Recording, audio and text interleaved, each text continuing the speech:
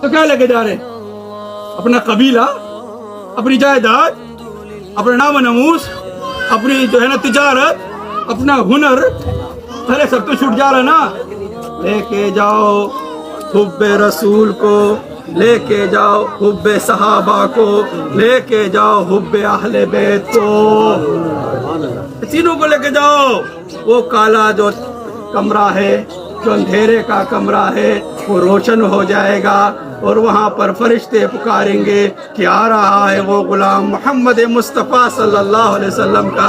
اس طرح میں نے پہلے کہا نا کہ بھائی کاریگر کو ہزاروں میں سے سب پہچانتے ہو، کاریگر ہے جی، یہ کاریگر فلاں کاریگر ہے، اس کی یہ کوالٹی ہے، یہ چیزیں دنیا جانتی ہے۔